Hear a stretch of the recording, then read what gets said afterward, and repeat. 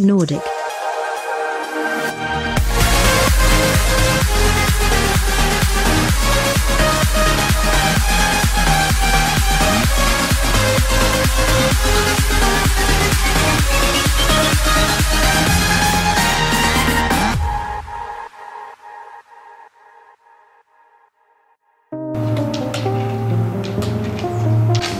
Fin septembre, c'est sur les routes du Vercors qu'étaient réunis les collectifs relève et Coupe du Monde de l'équipe de France de ski de fond féminine. Près de 2 semaines où les fondeuses tricolores ont pu se retrouver ensemble pour continuer leur préparation avant l'hiver. Des séances partagées entre les deux groupes qui ont toute leur importance à un stade charnière de la préparation où les plus jeunes engrangent une expérience non négligeable. Et c'est surtout pour nous l'occasion de faire un stage avec le groupe relève là, et ça se passe bien justement de pouvoir avoir un plus gros groupe filles et de faire des séances en commun.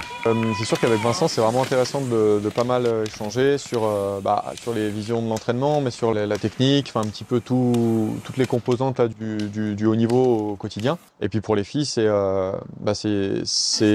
vraiment important, je pense pour le groupe Coupe du Monde de voir arriver un petit peu des nouvelles têtes, quoi, de faire vraiment connaissance avec les plus jeunes et qu'il y ait un petit peu plus de densité, un petit peu plus d'émulation au quotidien à l'entraînement.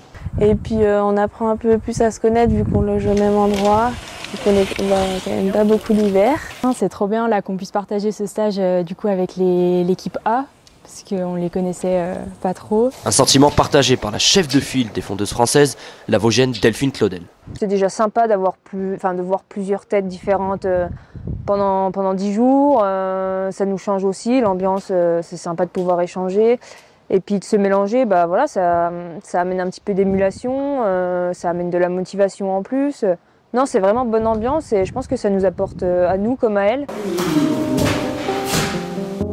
Ça repartait bien gainé. Chacune des filles présentes dans le Vercors a déjà en tête les prochains Jeux en Italie, avec un objectif bien précis. Je pense qu'il y a vraiment moyen là-bas de faire un très très beau relais, donc c'est vrai que ça nous motive toutes à s'entraîner tout ensemble et que le groupe il aille vers le haut. Déjà cette année, du coup, on avait aligné un relais au championnat du monde à Planica qui s'est quand même assez bien déroulé par rapport à l'âge qu'on a et au niveau qu'on a eu jusqu'à maintenant.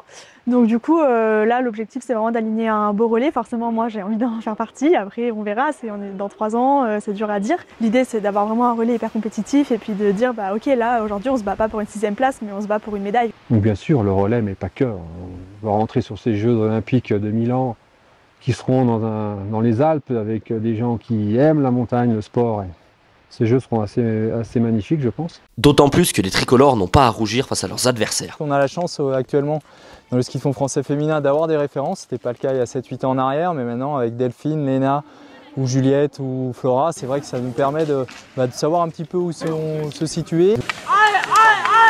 Le groupe il commence vraiment à devenir fort dans tous les sens du terme. Et je trouve que c'est motivant aussi de pouvoir se dire qu'on va peut-être pouvoir jouer quelque chose et avoir cet objectif-là tous ensemble.